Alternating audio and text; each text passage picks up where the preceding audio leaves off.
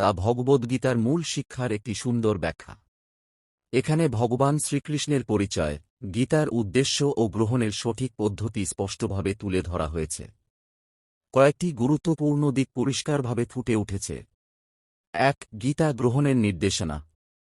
যেমন ওষুধ সেবনে ডাক্তারের পরামর্শ মানতে হয়, তেমনি ভগবদ্গীতাকে নিজের খেয়াল মতো নয়, শ্রীকৃষ্ণ যেভাবে বলেছেন সেভাবেই গ্রহণ করতে হবে। ২. ভগবান শ্রীকৃষ্ণের পরিচয়। গীতার প্রতিটি অধ্যায়ে শ্রীকৃষ্ণকে ভগবান বলা হয়েছে। ভগবান শব্দটি সাধারণ দেবতা বা শক্তিশালী পুরুষের জন্য ব্যবহার হয়, তবে গীতার প্রেক্ষিতে তিনি স্বয়ং পরমেশ্বর ভগবান। এটি প্রমাণ করেছেন শঙ্করাচার্য থেকে শুরু করে চৈতন্য মহাপ্রভু পর্যন্ত সব আচার্য। ৩. গুরু শিষ্য পরম্পরা। শ্রীকৃষ্ণ সূর্যদেবকে এই জ্ঞান দেন, তিনি মনু ইক্ষ্বাকুকে। এইভাবে ধারাবাহিকভাবে প্রবাহিত হয়েছিল জ্ঞান, যা পরে ছিন্ন হয়ে যায়। তাই কুরুক্ষেত্রে ভগবান পুনরায় এই জ্ঞান প্রদান করেন অর্জুনকে। ৪. অর্জুনের বিশেষ স্থান। শ্রীকৃষ্ণ কেবল অর্জুনকেই এই জ্ঞান দিলেন, কারণ তিনি ভক্ত ও সখা ছিলেন। অর্থাৎ গীতা বোঝা যায় ভক্তি সম্পর্ক ছাড়া নয়। ৫. ভক্তির মাধ্যমে সম্পর্ক। ভক্ত ভগবানের সঙ্গে ৫ রকমের সম্পর্ক রাখতে পারেন। শান্তভাব, দাস্য সেবকভাব, সখ্য বন্ধুভাব, বাৎসল্য অভিভাবকভাব, মাধুর্য দাম্পত্য প্রেমভাব। অর্জুনের সম্পর্ক ছিল সখ্যভাবের উপর ভিত্তি করে, যা পার্থিব বন্ধুত্বের বাইরে এক অপ্রাকৃত আধ্যাত্মিক সম্পর্ক। ৬. জীবের স্বরূপ সিদ্ধি। প্রতিটি জীবের ভগবানের সঙ্গে শাশ্বত সম্পর্ক আছে, যা ভুলে গিয়ে আমরা সংসারে আবদ্ধ হয়ে পড়েছি। ভক্তিযোগের মাধ্যমে সেই সম্পর্ক প্রকাশিত হয় এবং জীব নিজের প্রকৃত স্বরূপ উপলব্ধি করি। ভগবদ্গীতার মর্মোপলব্ধি করতে হলে প্রথমেই আমাদের দেখতে হবে অর্জুন কিভাবে তা গ্রহণ করেছিলেন। তাঁর গ্রহণের ভাবটি ভগবদ্গীতার ১০ম অধ্যায়ে ১০ ডিসেম্বর ২০১৪ বর্ণনা করা হয়েছে।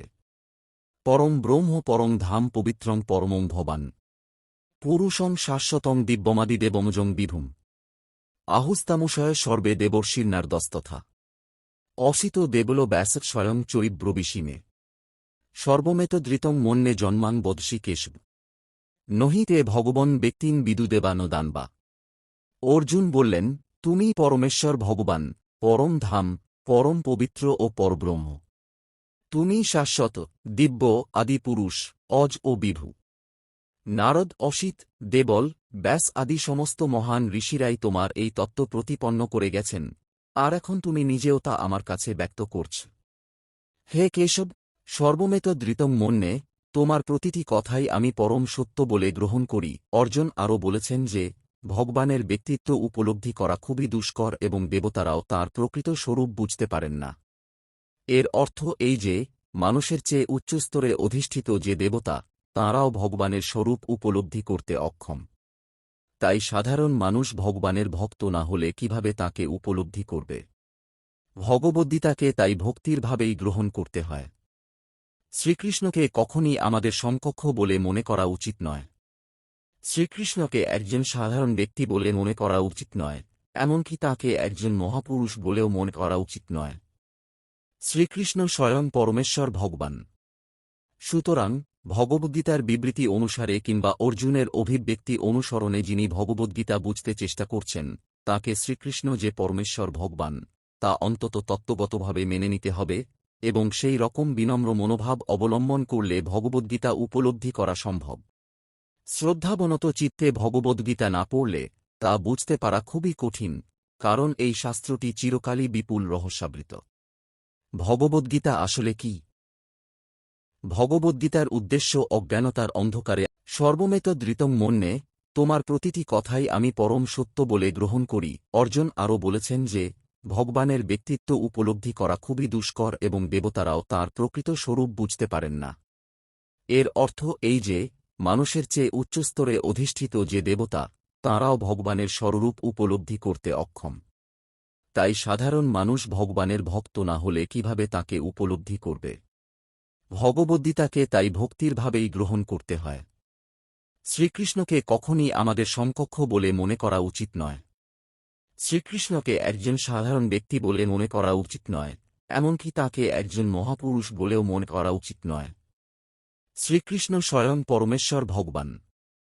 সুতরাং ভগবদ্গীতার বিবৃতি অনুসারে কিংবা অর্জুনের অভিব্যক্তি অনুসরণে যিনি ভগবদ্গীতা বুঝতে চেষ্টা করছেন, তাকে শ্রীকৃষ্ণ যে পরমেশ্বর ভগবান, তা অন্তত তত্ত্বগতভাবে মেনে নিতে হবে, এবং সেই রকম বিনম্র মনোভাব অবলম্বন করলে ভগবদ্গীতা উপলব্ধি করা সম্ভব। শ্রদ্ধাবনত চিত্তে ভগবদ্গীতা না পড়লে তা বুঝতে পারা খুবই কঠিন, কারণ এই শাস্ত্রটি চিরকালই বিপুল রহস্যাবৃত। ভগবদ্গীতা আসলে কি? ভগবদ্গীতার উদ্দেশ্য অজ্ঞানতার অন্ধকারে আচ্ছন্ন এই জড় জগতের বন্ধন থেকে মানুষকে উদ্ধার করা। প্রতিটি মানুষই নানাভাবে দুঃখ কষ্ট পাচ্ছে, যেমন কুরুক্ষেত্রের যুদ্ধের সময় অর্জুনও এক কঠিন সমস্যার সম্মুখীন হয়েছিলেন। অর্জুন ভগবানের কাছে আত্মসমর্পণ করলেন এবং তার ফলে তখন ভগবান তাঁকে গীতার তত্ত্বজ্ঞান দান করলেন। এই জড় জগতে কেবল অর্জুনই নন, আমরা প্রত্যেকেই সর্বদা উদ্বেগ ও উৎকণ্ঠায় জর্জরিত এবং এর কারণ জড় অস্তিত্ব।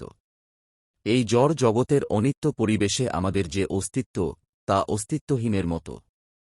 এই জড় অস্তিত্বের অনিত্যতা আমাদের ভীতি প্রদর্শন করে, কিন্তু অস্তিত্বহীনতার এই ভয়ে ভীত হওয়ার কোন কারণ আমাদের নেই। আমাদের অস্তিত্ব নিত্য, কিন্তু যে কোন কারণবশত আমরা অসৎ সত্তায় আবদ্ধ হয়ে পড়েছি। অসৎ বলতে বোঝায় যার অস্তিত্ব নেই।